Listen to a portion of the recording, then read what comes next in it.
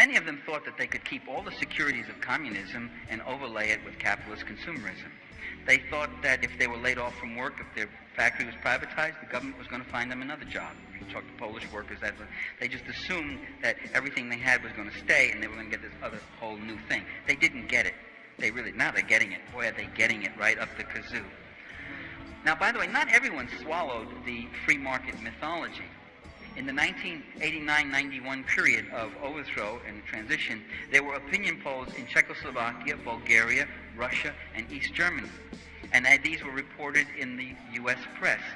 It showed that most people still opted for state ownership or some modified form of socialism. The numbers who actually wanted free market capitalism were surprisingly small. When anti-communist governments took power in Russia and Eastern Europe, they set about suppressing the communist and socialist left in the name of democratic reform. In late 1993, facing resistance to his free market policies, Boris Yeltsin forcibly disbanded the Russian parliament and every other elected representative body in the country, including all the regional and city councils. He abolished Russia's constitutional court and launched an armed attack upon the parliamentary building, killing hundreds of resistors. Estimates are about 3,000 actually, and demonstrators. Thousands were rounded up and detained. Opposition leaders were jailed without trial. Hundreds of elected and appointed officials were placed under investigation. Some are still in jail. Yeltsin banned labor unions from all political activities. He suppressed dozens of publications and television shows. He exercised monopoly control over all broadcast media. He outlawed 15 political parties. He rewrote the Constitution, giving the executive nearly absolute power over legislation. For these crimes, he was treated as a defender of democracy and reform by U.S. leaders and the media. What they most liked about Yeltsin was, to quote the San Francisco Chronicle, quote, "He has never wavered in his support for privatization of state-owned industries." I think that really says it all. In the various Eastern European countries, Marxists were purged from all public employment. Communist Party assets acquired and paid for by party members were arbitrarily confiscated. The same in Germany, in Russia, in the Czech Republic. Václav Havel seized the properties of the Socialist Union of Youth. These included campsites, recreation halls, and cultural and scientific facilities for children. These were liquidated and put under the management of joint stock companies at the expense of the youth who were left to roam the streets. In Russia, Boris Yeltsin twice suspended the Communist Party newspaper Pravda. He eventually turned the party's 12-story building and its press over to a pro-Yeltsin government newspaper that became the full owner. Yeltsin's police have continued to attack political demonstrators in Moscow and other cities. 2 parliamentary deputies, one independent, the other a communist, who vigorously opposed the Yeltsin government, were assassinated. In 1994, journalist Dmitry Kolodov, who was probing corruption in high places, was assassinated. Reactionary, anti-Semitic, crypto-fascist parties and hate campaigns have surfaced in the former communist countries, along with the desecration of Jewish cemeteries and xenophobic attacks against foreigners of darker hue. Lech Wałęsa, quote, "A gang of Jews got hold of the trough and is bent on destroying us," unquote. Later on, Lech Wałęsa said he was misinterpreted. He did not mean all Jews, only the greedy ones. I remember how many people on the left adored Lech Wałęsa, a worker hero who was going to bring true socialism. Yeah, right. Mercenary armies, destruction of the productive facilities of the society, more invasion, more sabotage, economic boycott, economic embargo, monetary embargo, technological embargo, which have distorting effects upon a society. In May of 1921, Lenin got up before the Bolshevik Party convention and he said, "We've had enough with the workers' opposition. Let's get rid of them." Now, the workers' opposition were loyal Bolsheviks. They were communists. They were in the Bolshevik Party. They were in the Communist Party. When the Kronstadt Rebellion came, the workers' opposition did not side with the Kronstadt sailors. They sided with the party. In the Civil War, they were with the party. Throughout all the struggles, the workers' opposition were with the party. But they had formed a self-conscious caucus that had decided that it would represent the particular interests of the industrial proletariat against itself at times. And after all this invasion, all this destruction, all this terrible death and struggle, where Lenin once said Soviet Russia is like a man with a death fever just hanging on by an inch of his life, after all that, Lenin turned and said, we've had enough opposition. The feeling very much was that that opposition was a wedge, an opening. It invited our enemies, our mortal enemies, to come in and attack us and divide us. And the party convention uproariously supported him and said, no more workers' opposition, no more factions within the party. So right there, that emphasis on a monolithic party. And by the way, that same month, or the month before, in April, Lenin called for a strengthening of the trade unions and for more worker representation on the Central Committee of the Communist Party. So it wasn't that he was moving anti-worker, it was that he was moving against opposition. So right there you see the seeds, of a system that could not develop naturally with an opposition, with checks, with internal debate and argument. A system that began to strain for uniformity, for siege, for lockstep cooperation, the emphasis being on organizing, getting the thing done, stop asking too many questions because everything was a life and death issue. When the Sandinistas came to power in Nicaragua 10 years ago, filled with ideals and hopes for their nation and their people, they discovered a very awful thing. And it wasn't about themselves, even though they had to do it to themselves. It was about that capitalist encirclement. They discovered that they needed a secret police. They discovered that they needed a security police. Because all around them, coming in from two borders and within their own society, were acts of sabotage, espionage, attack, mercenary invasion, and the like. And they understood that if the revolution was going to survive, it would have to build up instruments of state power, instruments of coercion even. And these instruments, by the way, can make mistakes. And these instruments can not only make mistakes, they can commit some serious crimes. Although in Nicaragua, the impressive record is how few crimes there were, given the utterly dire conditions they were under. So that kind of, that capitalist encirclement, which goes on, unrelenting, attacking any existing socialist, communist, if you don't want to call, by the way, if some of you don't want to call those societies socialist, don't call them socialist, call them window shades or camels, whatever you want to call them, as long as you know what I mean, that I mean the public ownership of the means of production, using capital in a different way, not for capital accumulation per se as an end in itself, a strong social wage, free education, free medical care, and subsidized housing, subsidized food, subsidized bread, all those things that the Hungarians and Poles are now complaining about losing. That's what I mean by socialism. If you don't want to call that socialism, that's not what real socialism is. Something that's going to exist someday when the world and people are better and different, and it's going to come down and be in a much better form than those things were. That's fine. But in this world, see, I believe socialism is not that real, beautiful goal in that society, participation, harmony, this and that. I believe that socialism is a process of struggle to achieve that thing. So just go along with my vocabulary if you have even if you have trouble with it. Those socialist or communist societies suffered terrible distorting effects. If there had been no invasion, if there had been no espionage, if there had been no attack, if there had been no White Guard armies burning villages, there wouldn't have been a Red Army of that size. There wouldn't have been a Stalin. There wouldn't have been a KGB. If there hadn't been a CIA, there wouldn't have been a KGB. If there hadn't been a NATO encirclement, there wouldn't have been a Warsaw Pact. And to lose sight of that fact is to lose sight of an essential force of what was going on over those 70 years. Or 10 years. And if you want to know what the Soviet Union went through in its early years, just look at what Nicaragua went through in these 10 years. And then multiply that by 10. Every single one of those countries was targeted. They were targeted by missiles. They were targeted by acts of espionage. They were targeted by, as I say, economic embargo and all sorts of other forms of aggression. They were targeted by incredible propaganda barrages and the like. Unrelenting, unremitting. The most targeted socialist country in the world, as of a couple of years ago, and actually still to today, is not Nicaragua, was not Nicaragua. Not even Cuba. It was the Soviet Union.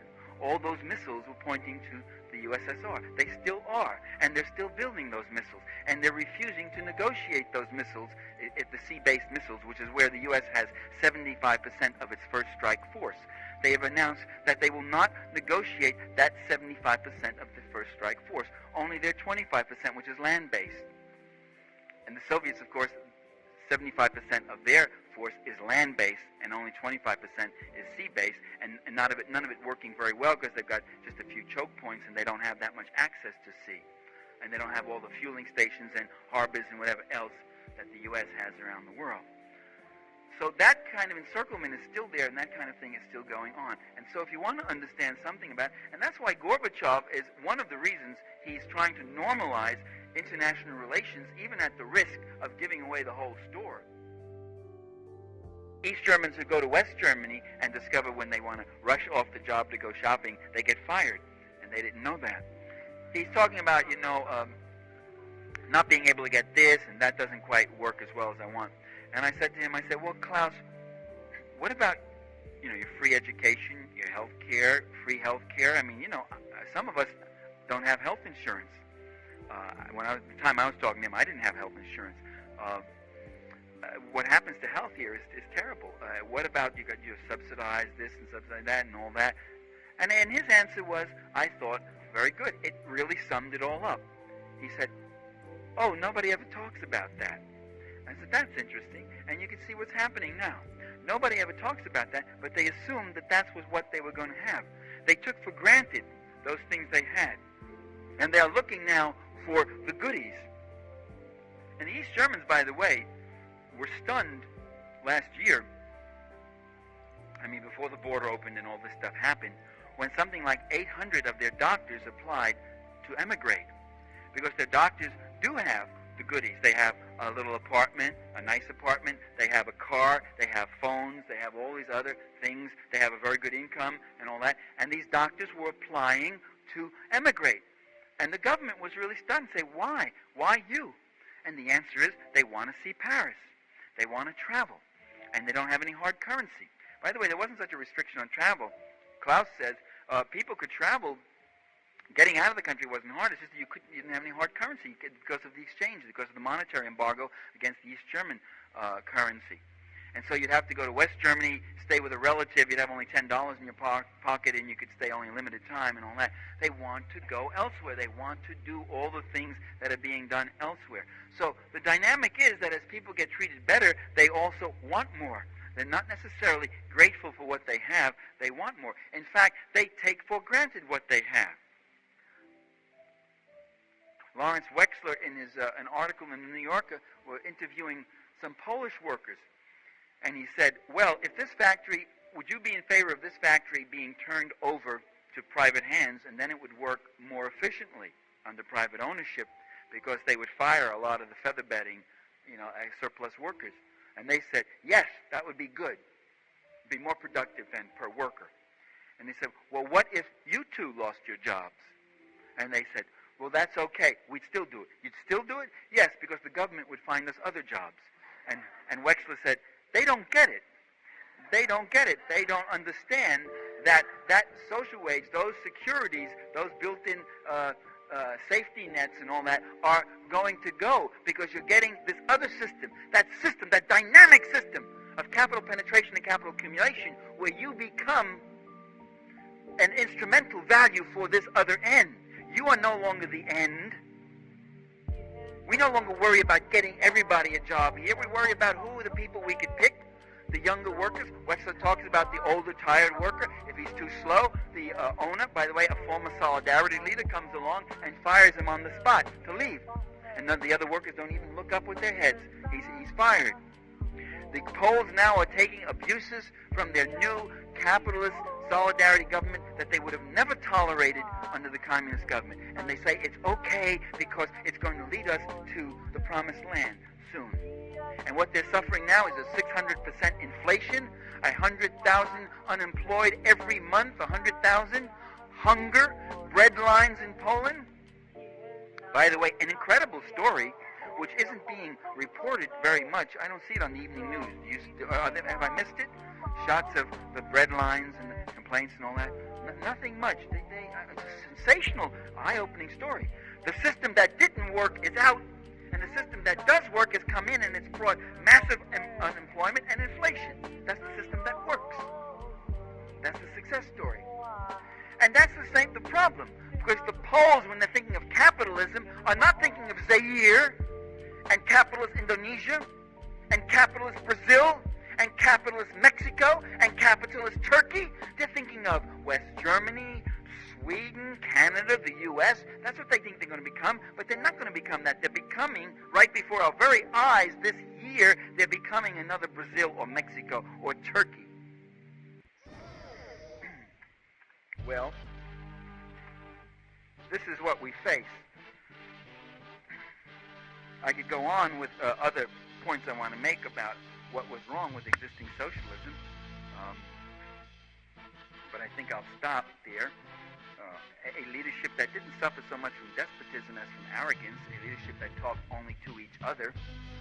The Hungarian ambassador in Washington, I live in Washington, D.C., the Hungarian ambassador had a little press conference and he was saying, we're changing our system. We say, why? Because it's failed, it doesn't work. I say, why doesn't it work? He said, I don't know. And I wanted to grab this guy by his lapels and shake him. I said, you don't know? Wait a minute. You've been in the party elite for 30 years and you don't know why your system doesn't work? Who have you been talking to? What has been happening? How out of touch can the leadership get? Very out of touch is the answer. Very out of touch because they begin to talk only to themselves.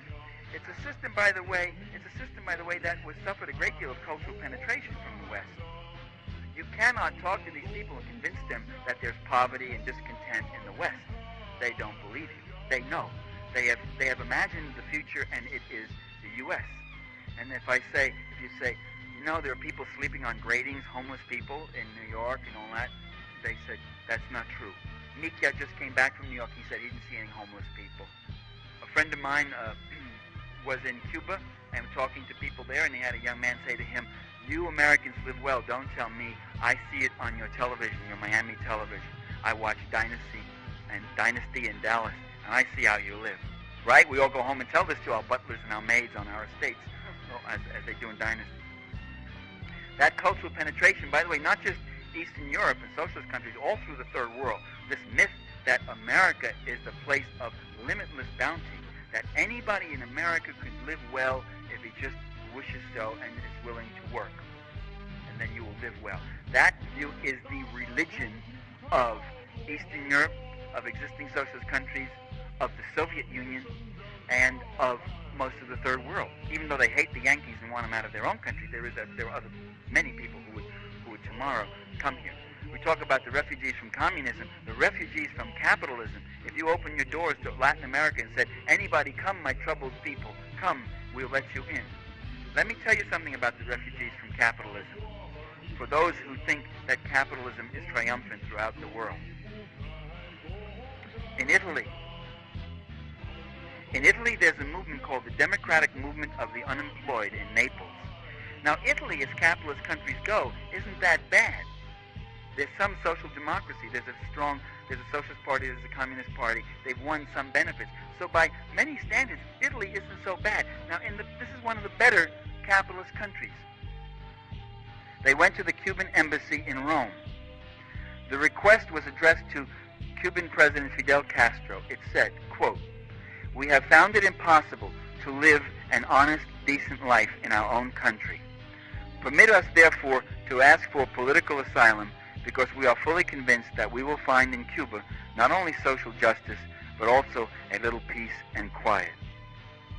All the same, the movement also presented an appeal to all the parties in the Italian Chamber of Deputies, which is the lower house, asking them to put pressure on the government, which continues to remain deaf to the appeals of the group about the grave problems facing unemployed young people in Naples.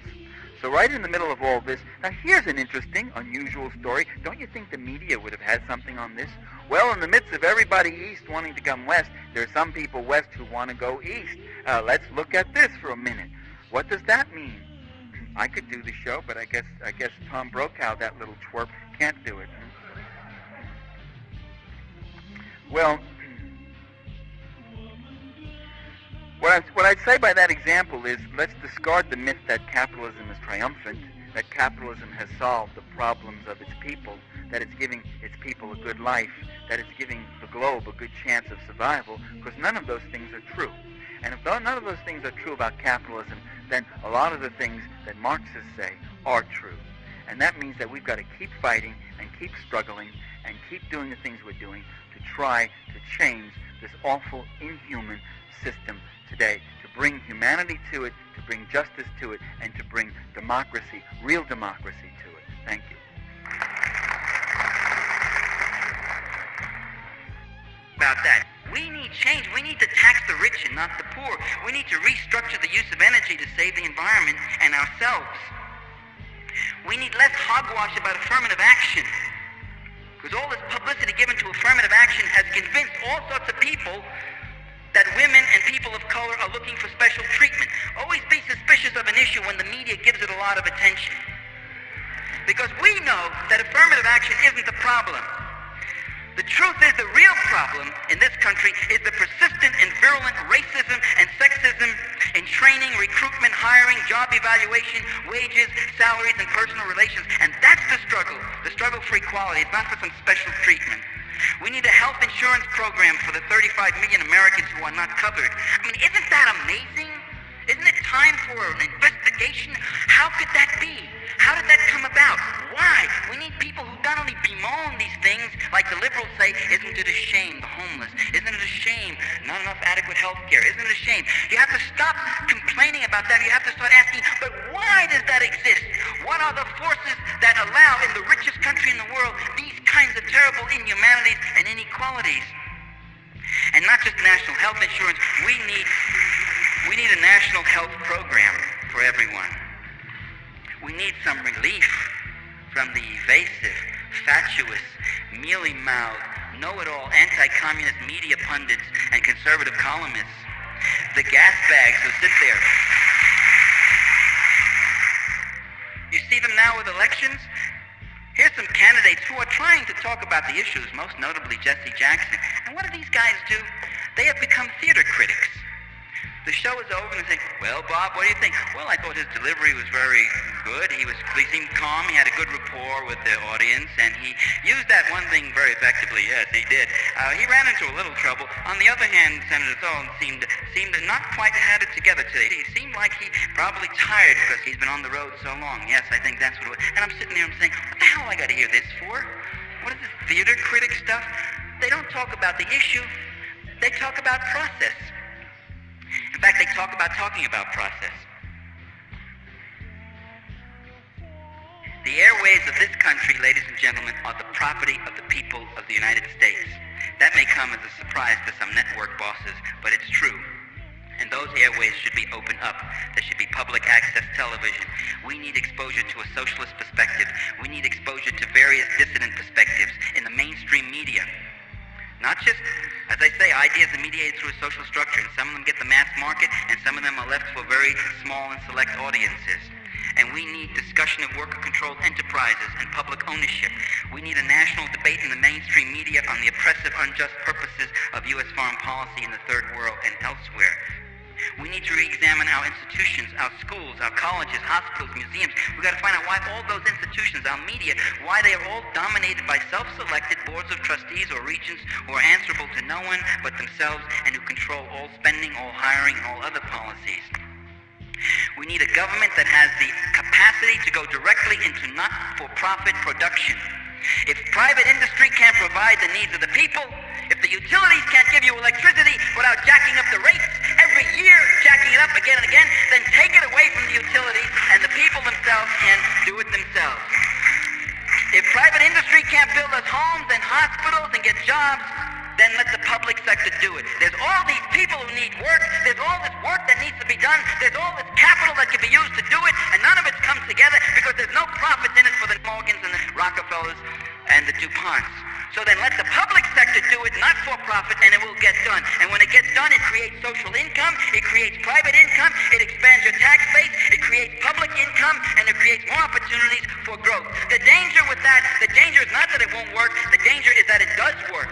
And that's why they stop it. That's why they want privatization. That's why they sell off Conrail at 1/3 its actual value, because Conrail under public ownership was working, and those railroads under private ownership were milked like cows, milked and run down, and then they turn around to the government, they turn around to the taxpayer, and then they go socialist after they've milked it down and it's about to fall apart, and they say, we can't run it anymore. You're going to have to take it over. And the taxpayers take it over, and they dig deeper into their pockets, and they pay for it, and they put it back on a working basis, a rational basis, a not-for-profit basis, so that the money it makes goes back into it and doesn't go out to the George Bushes and the Ronald Reagans and their class. And then when it works, Ronald Reagan says, we got to sell this thing. And he sells it not because it wasn't working, but because it does work. We need to open up our political system, ladies and gentlemen. We need to have new parties, not just two capitalist parties, not just two anti-communist parties, not just one party that red-baits and liberal-baits and another party that lives in fear of being red-baited and liberal-baited. We need to do what the Sandinistas in Nicaragua have done, which is have proportional representation, so that if a minority party wins 11% of the vote in Nicaragua, it gets 11% of the seats in the National Assembly. They don't tell you that in the media. Ronald Reagan hasn't dwelled on that fact, has he? As the Sandinistas have done, we need funding for minority parties. We need free TV time for minority parties. Conservatives palm themselves off as being more patriotic than liberals. Liberals think they're more patriotic than socialists and others on the left. But we on the left are second to no one in our patriotism. We want perestroika, we want fundamental restructuring and democratization of overseas and domestic policies. We want a restructuring and democratization of the political process, the values, institutions, the economy, and the class power of this country. We real patriots say, along with Albert Camus, I want to love my country and justice too. And in fact, I believe that the only way you can be a real patriot is to love justice. Because you can't be patriotic to something that's unjust. We want to spend less time trying to save the world with bombers and battleships and more time healing ourselves. This is not just a good idea or a noble pronouncement. It is a historical necessity.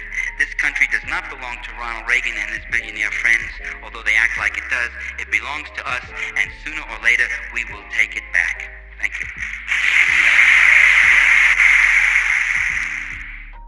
And in the 1980s, the Reaganite cinema reached new heights of anti-communism and Soviet bashing reached new depths, I should say. Rambo 2 with Sylvester Stallone. In Rambo 2, Stallone, he not only acts, if you want to call it that, acts in these roles, he also writes the scripts. And he turns around in that movie and he says to his old Green Beret commander, he says, are we going to fight to win it this time? And he certainly does win it. He goes into Vietnam and he kills a battalion of Russians. He kills the whole Vietnamese army. They throw napalm at him. He's captured by them, he's tortured, and he liberates prisoners of war. He's aided by the fact that his adversaries all seem to be legally blind. They cannot shoot straight. Hundreds of rounds are shot at him and they just always miss, never fluff his hair. But while the movie is outrageous and it's ridiculous, again, don't lose sight of the fact that it's once more turning history on its head. I mean, in reality, the Vietnamese have exchanged prisoners of war with the United States after signing the Paris Peace Agreement, which ended the war.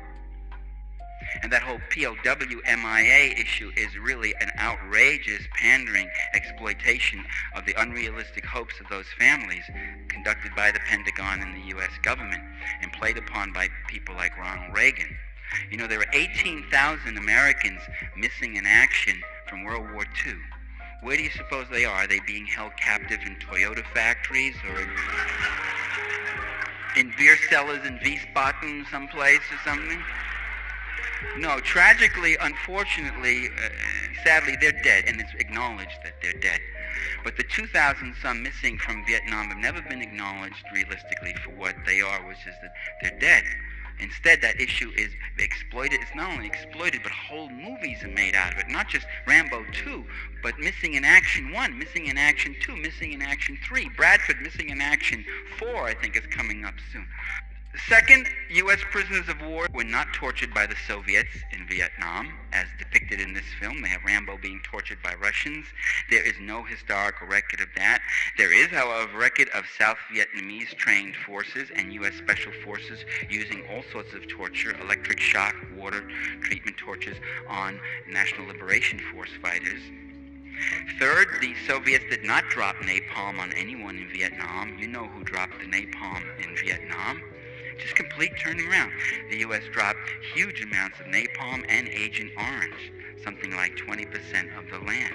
The whole food chain in Vietnam has been tainted. Vietnam was a country that had no liver cancer. It was an unknown disease because people ate sensible food like rice and grains and vegetables. And today it has one of the highest rates of liver cancer in the world because of what we did to their ecology chain. That's not what you get in the film.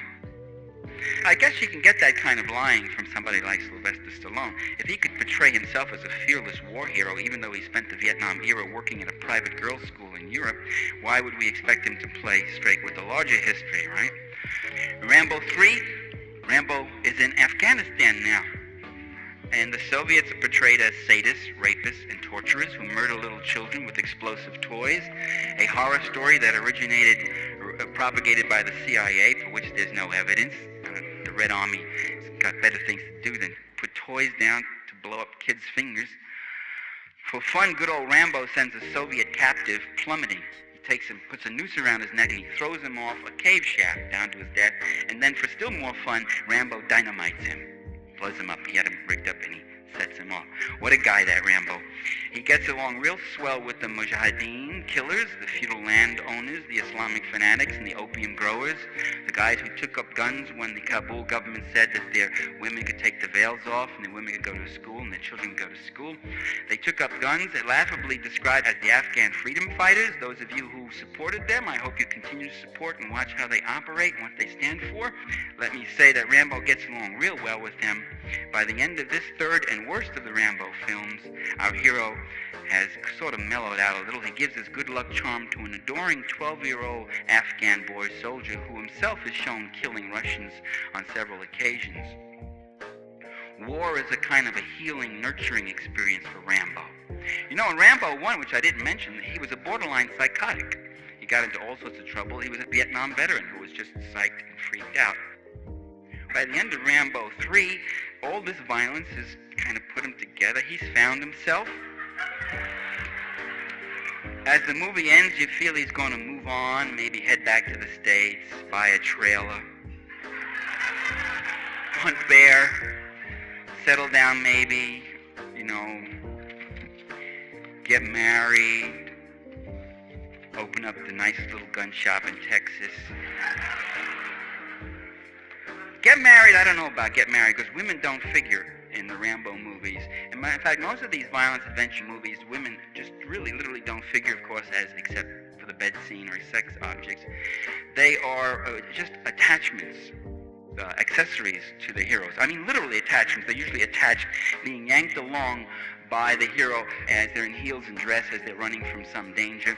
The women have an uncanny ability to get themselves into dangerous situations from which they are extricated by their men. If they do handle the gun occasionally, it's ever so gingerly to just sort of shoot and keep their feminism. Usually they just stand there helplessly while the hero fights off a platoon of attackers. This is what women are for in Rambo movies. Movies like the common people of ancient Rome, like the common people of so many societies, had scant opportunity to leave a written record of their grievances and aspirations. What little we know of them suggests that the proletariat could sometimes display a social consciousness superior to anything possessed by their would-be superiors. Many of them worked next to slaves and were themselves freedmen or sons of freedmen, being almost as poor as slaves. In 63, during Cicero's witch hunt, several dissenting leaders urged workmen and slaves to take action against the oligarchs. Such appeals wouldn't have made sense unless there was some kind of community interest between plebs and slaves. In parts of Sicily, the agrarian proletariat joined in common cause with slaves to rebel against big planters on several occasions, including Spartacus's Great Rebellion. Not all of Spartacus's men were slaves. A lot of them were freemen. They were so desperately poor they sided with slaves in common interest. And so, ladies and gentlemen, brothers and sisters, we face this largely one-sided recording of what is called history. Cicero, Brutus, and Cato come down to us as the defenders of liberty, when they were something quite contrary, and Caesar, who did something for the poor and moved against privileged property, who did something for economic democracy, comes down to us as an elitist tyrant.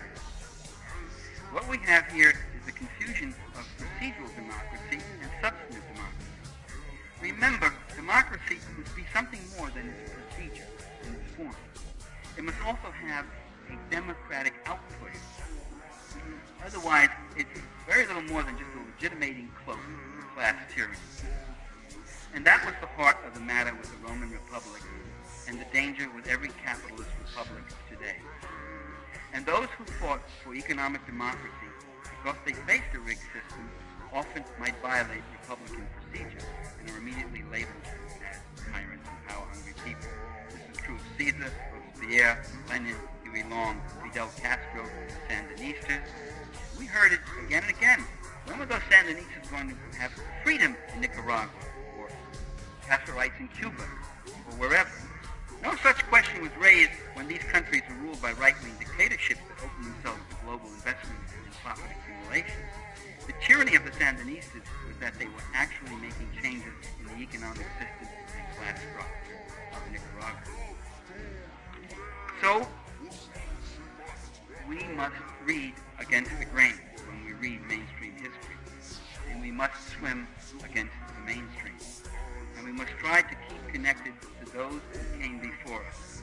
Certainly not the Ciceros and the Catos, as we're urged and trained to do, nor even the Gracchi or Caesar or the Popularis leaders, but rather we must try to stay linked to the anonymous masses upon whose shoulders they stood, the common people, who struggled against all odds, with all the courage and fear and all the inconsistencies of ordinary people, who put themselves on the line, whose names we will never know, whose blood and tears we will never see, whose words and cries of pain we will never hear, and yet to whom we are linked in a past that is never dead and never really past, and a future that never arrives but keeps beckoning us and keeps us going.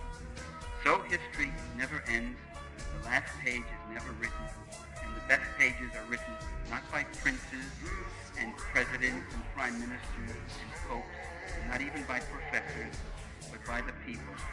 For all their faults and shortcomings, the people are all we have. In fact, we are they. Now, why should we be talking about slavery? Isn't that a rather passé subject? We all agree it was a bad thing, but it's gone. By the way, you'd be surprised how many people don't agree it's a bad thing. You could read Morrison and Comminger's book. They talk about happy, contented slaves in the South, you know. That book that just won all those prizes, Time on the Cross, talk about how slaves actually increased their status and their skills and got training and all this kind of stuff. You watch Gone with the Wind, and slavery looks like a bracing outdoor recreation out there. Quitting time, let's go on in now. Oh, Missy Scarlett, are you happy? That's the impressions that an incredible number of people still have about slavery. In make-believe media, I made that point, that those movies sometimes are the last chapter of history in our consciousness. So that's one. Secondly, slavery has not passed from history. There are scores of countries where forced labor is still a common practice. And in fact, most of third world labor, the conditions of third world labor are more akin to slavery than they are to anything else. Also, slavery reveals in a magnified fashion the nature of class society. That's why I keep going back to it. How ruling interests are willing to reduce other human beings to utter misery in order to live well off their labor. And how they fashion then all sorts of ideologies to justify the horrors they impose. And for our purpose, the practice and ideology of slavery tell us something about the virulence of racism. The earliest surviving defense of slavery that we've found written in antiquity was by none other than Aristotle in his Politics, written in the 4th century BC. Aristotle, a great philosopher who proves himself not so great on this subject, he maintains, quote, "Some men are slaves by nature and others are freemen. By the condition of their souls, some are inferior to others. This being so, it is advantageous to both parties for this man to be a slave and that to be a master. It is good and just that some should be governed and others governed in the manner that nature intended." He called this system, by the way, mutual utility. You don't have to hiss. We know you don't like it. He called this mutual utility. It's a community of interest. It's the best arrangement for everybody. And that has been the position of every ruling class, publicist, leader, pundit, and propagandist from Aristotle's day to today. That the conditions, the social relations of oppression and inequality are really working out to be the best for everyone. They argue that the relations between rich and poor, between privileged and underprivileged, are an inevitable manifestation of nature itself, rather than something that's created by social convention, by inheritance, by class inheritance, namely the family you're born into. I remember giving a class at Lawton State Penitentiary outside. It's the penitentiary. It's not really a state penitentiary. Lawton Penitentiary is the penitentiary for Washington, D.C. And I sat there, and some of the guys said, "How do we end here?" He just said to me, "How do we end up here, Mr. Friendly?" I said, "You ended up here because you lacked the foresight and resourcefulness and intelligence to pick the right parents at birth. If you had picked the right parents at birth, you'd be sitting in the U.S. Senate now."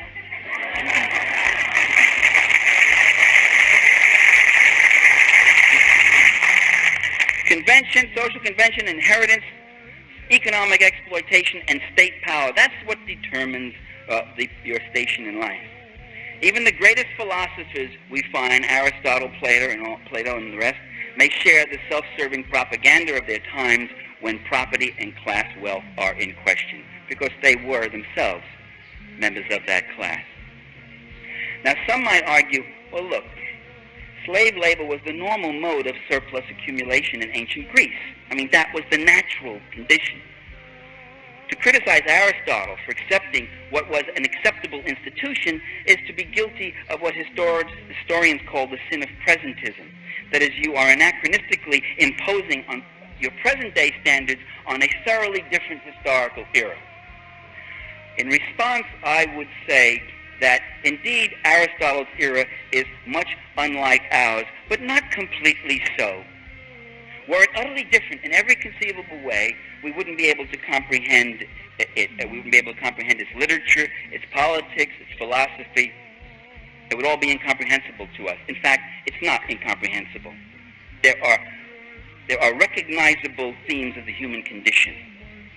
There is much in them that transcends the fixedness of time and space so as to be a source of recognizable interest and even enrichment. That's why we love the Greeks and we go back and read the ancients so often. So if we can criticize and we can judge critically Greek art and literature, we can critically judge Greek slavery. Its horrors also transcend the fixedness of time. And the people of that day knew it also. That was my suspicion. I said to myself, there were critics then. We have no surviving writings, from the 4th century. We have little fragments from the 3rd century. But there were critics then that attacked slavery right then in Aristotle's day. How do I know that? Because he wouldn't have been writing a defense of slavery if it wasn't a question of controversy. Furthermore, I went back and I picked up politics, which I admit I hadn't looked at since graduate school, and right there in chapter 2, he says, certain critics are of a contrary opinion. I said, there it is. He doesn't name them, so their names are lost to us in history. But he says there are critics who maintain that, quote, all slavery is contrary to nature. What is wrong with them, Aristotle says. So if Aristotle could be challenged in his day, it is not anachronistic to challenge him today. In addition, in every slave society that I have studied, I discovered another social formation, another group of people who were very much against slavery, who were opposed to it, who didn't like it. Every single one of these societies. And as far as I know, I'm the first scholar to make this point, and I think it's testimony to the thoroughness of my research. They were called slaves.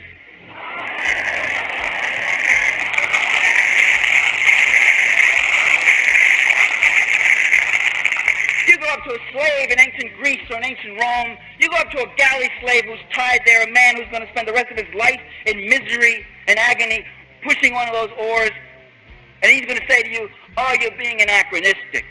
It's the dominant mode of our culture. He's going to say, yes, I hate it out of my common humanity, because this is not the way any human being should be treated. Anatole France once wrote, "The law, in its majestic equality, prohibits rich and poor alike from stealing bread and begging in the streets." And so the law becomes something of a farce, a fiction that allows us to speak of the rights of all, divorced from the class conditions that often place the rich above the law and the poor way below it. In the absence of certain material conditions, formal rights are of little value to millions who lack the means to make a reality of their rights. Take the idea that every citizen has a right to be heard. In its majestic equality, the law allows both the rich and the poor to raise high their political voices. Both are free to hire the best-placed lobbyists and Washington lawyers to pressure public office holders.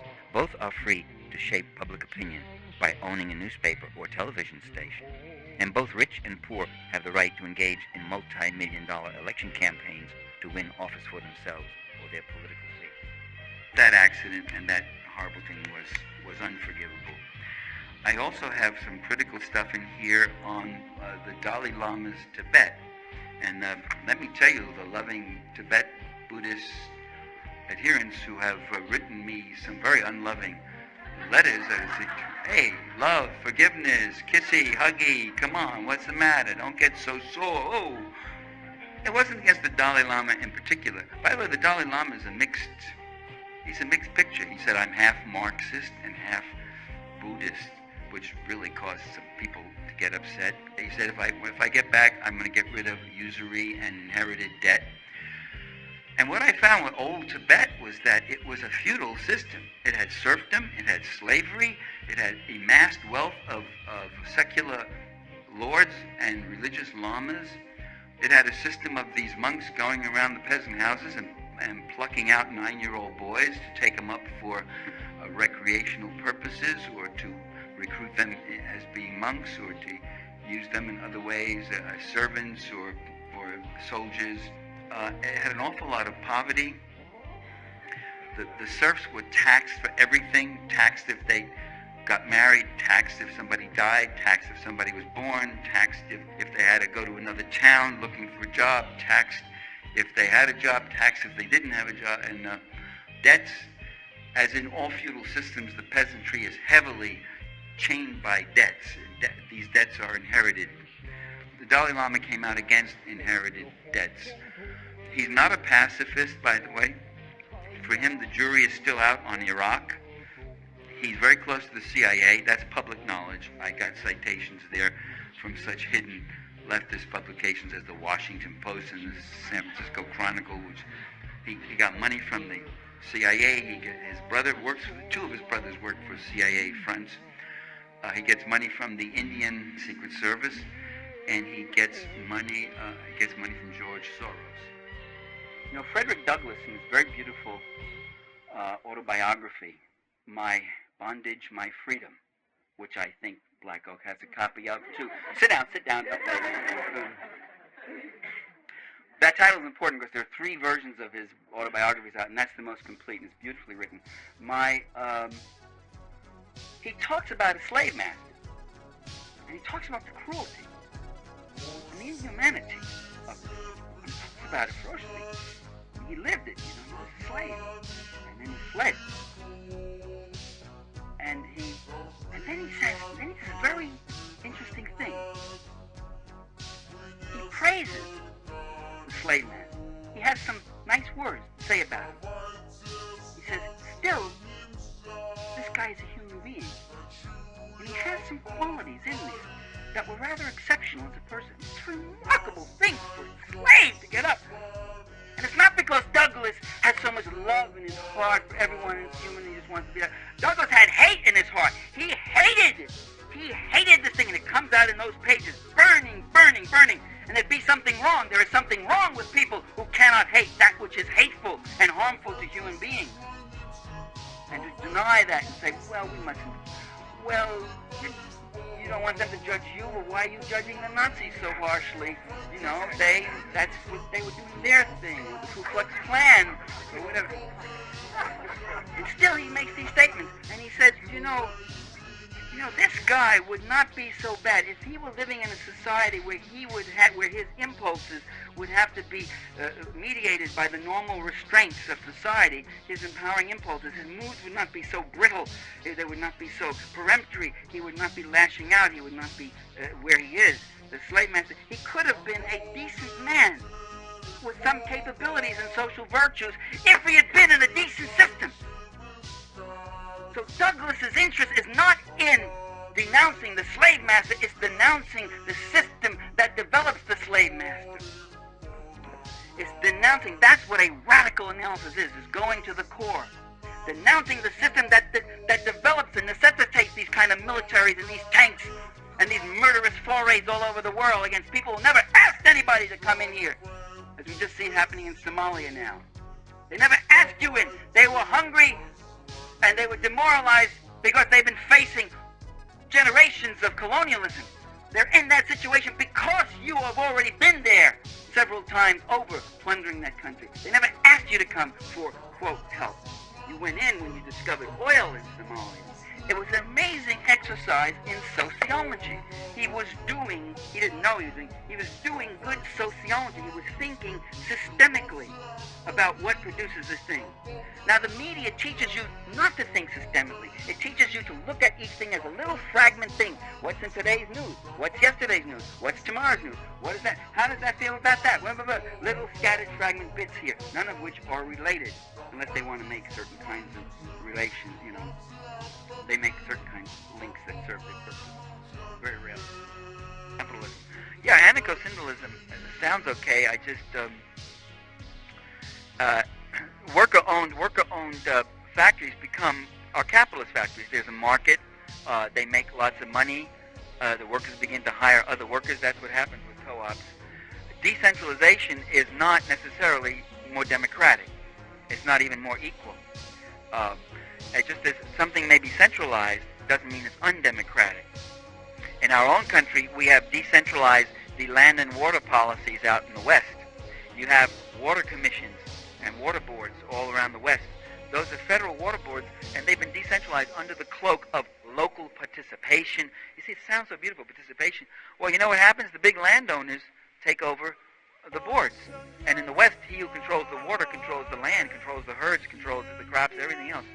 And so it becomes highly undemocratic because they can make decisions for their own economic interests but use state power to do it.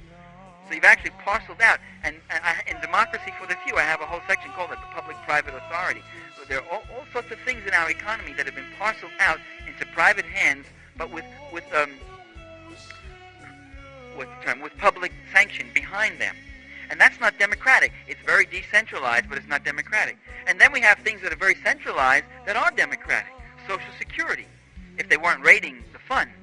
But the Social Security has for years worked in a very democratic way in the sense that it benefited the mass of working people. It was egalitarian, and it benefited ordinary people. The Women's Infant Nutrition Program, the Women's Infant Children's Program, WIC, is one of the best dollars spent. It's a centralized program. So whether something is centralized or decentralized may not be the necessary characteristic. Worker syndicalism, the problem with worker syndicalism is that you've decentralized things to the point where it's hard to imagine how a modern economy would work. That's the problem. People who were in Poland and asked, they talked about worker syndicalism for a while, and the questions were things like, well, what if the workers in the steel mill want to produce a different kind of steel, and the Gdansk shipyards can't use that steel, but they want to produce that different steel because they want to sell it somewhere else? So, well, the government will worry about that. So already you're making reference to a central authority. You could say, well, we can make it so that the workers in that steel mill must make the steel that will serve the shipyard. Well, then you're talking about coordination. You're talking about an authority above that worker syndicalism that could say to those workers, no, you can't do this any way you want. What the problem is, you'll get the anarchy of production. You'll get a lot of, I think, inequality. Well, I think it wouldn't be a bad thing to have more workers' co-ops. In this society, I think that would be a positive step forward. If you want to see a very positive anarchist community, you could look at Mondragon in Spain, where they've actually done production and have a lot of worker ownership, and things are done by participation by committees, and there's no profit. Production is, there's obviously profit. In any society, you want to have some surplus value that you can use for retooling, for expansion, for redeveloping, and all that. And when they have problems in one sector and got laid off, they try to retrain the workers elsewhere. The one thing Mondragon doesn't have is state power, though.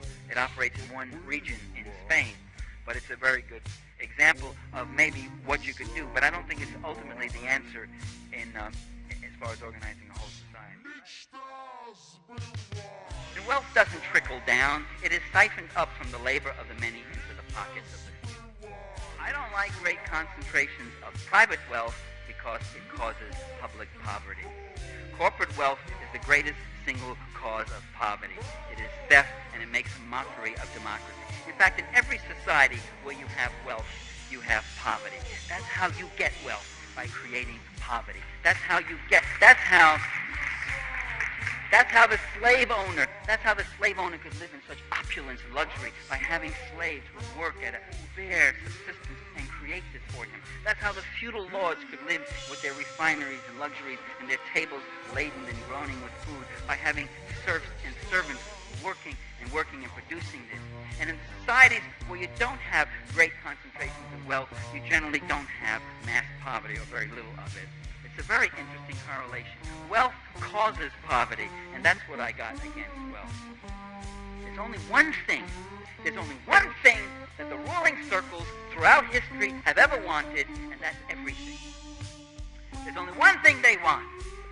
All the wealth, the treasures, and the profitable returns, all the choice lands and forests and game and herds and harvests and mineral deposits and precious metals of the earth, all the productive facilities and gainful inventiveness and technologies, all the control positions of the state and other major institutions, all public supports and subsidies, privileges and immunities, all the protections of the law and none of its constraints, all the services and comforts and luxuries and advantages of civil society with none of the taxes and none of the costs. Every ruling class in history has wanted only this, all the rewards and none of the burdens. Their operational code is, we have a lot, we can get more, we want it all. And if you don't know that, you're in a sad place. If you know that and you don't know anything else, you know more than if you know everything else and you don't know that.